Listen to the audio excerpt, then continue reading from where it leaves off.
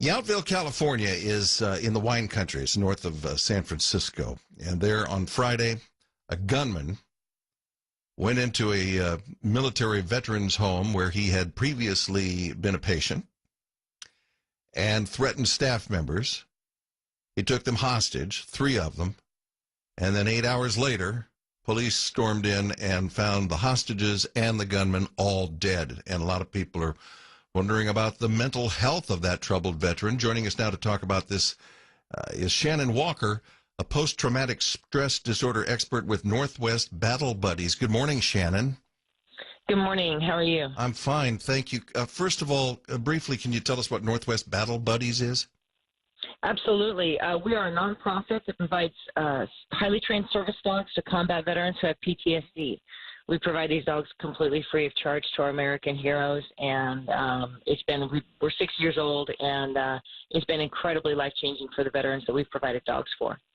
What is PTSD in a situation like this where somebody can just go off the rails and become deadly? Well, PTSD, the definition of PTSD, or post-traumatic stress disorder, it's a mental disorder that can develop after a person experiences a life-threatening trauma or event such as combat, warfare, natural disasters, sexual trauma, car accidents, things like that. And what happens is that there are no cures for PTSD, and it is an example of our American heroes that come back from combat.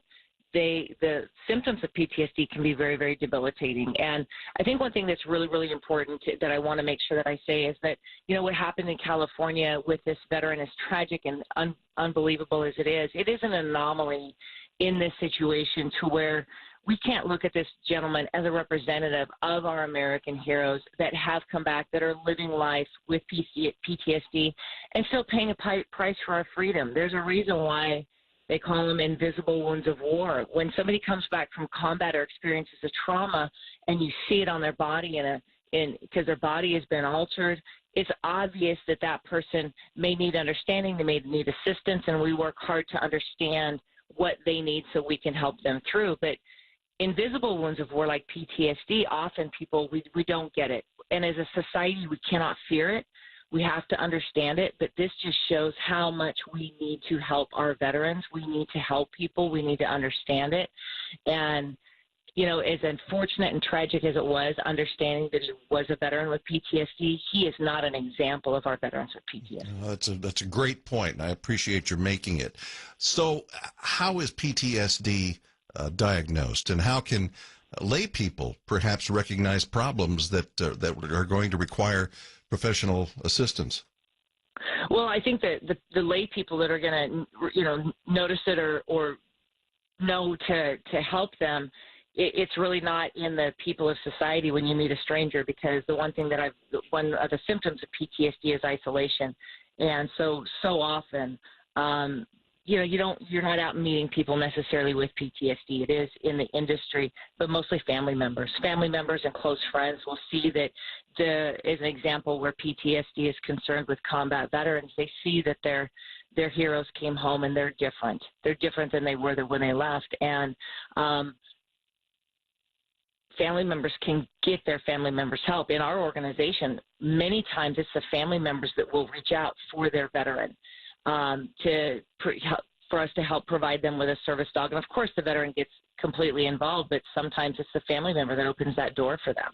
And, clearly the VA, the government, subsidies and things like that are not giving our veterans what they need to the degree that they need it. So we as a free people who enjoy our freedom, that's why I started Northwest Battle Buddies, is because of the suicide rate amongst our American heroes. The frustration in the industry is so great because they are not getting what they need. They are not understood. And even though there are some things that are definitely better, it is a huge increasing problem in the fact with the veterans that have, the military servicemen and women that are coming back home and trying to reintegrate into society. And these are men and women that have such courage and such hearts that they'll put their life on the line, or they'll say yes to whatever the government asks them to do. And they'll do things for people that they've never met, like me. And there's a high price they're paying for our freedom, and their symptoms, we have to do more as a society and provide things like Northwest Battle Buddies and organizations like this organization down there that had this happen right inside their home. Yeah. Shannon, this is obvious. This is a conversation that deserves much more time, but I'm afraid we don't have it right now. Where can people go to learn more and to perhaps get involved in the effort to help people? Absolutely. Well, for us, people can go to northwestbattlebuddies.org. We are completely privately funded, and anything that people can do to help us and support us. These dogs are completely provided free to American heroes, but people get educated, and shows like this help so much because people have to, again, not fear it, but they need to understand it and get activated in areas of organizations like ours and organizations out there that are serving our veterans, and help us be more effective and serve more people, more American heroes. Get the word out like your show is doing now, and helping us, boots on the ground, get our job done. All right, great work. Thank you so much for your time this morning. That's Shannon Walker, an expert with PTSD with Northwest Battle Buddies.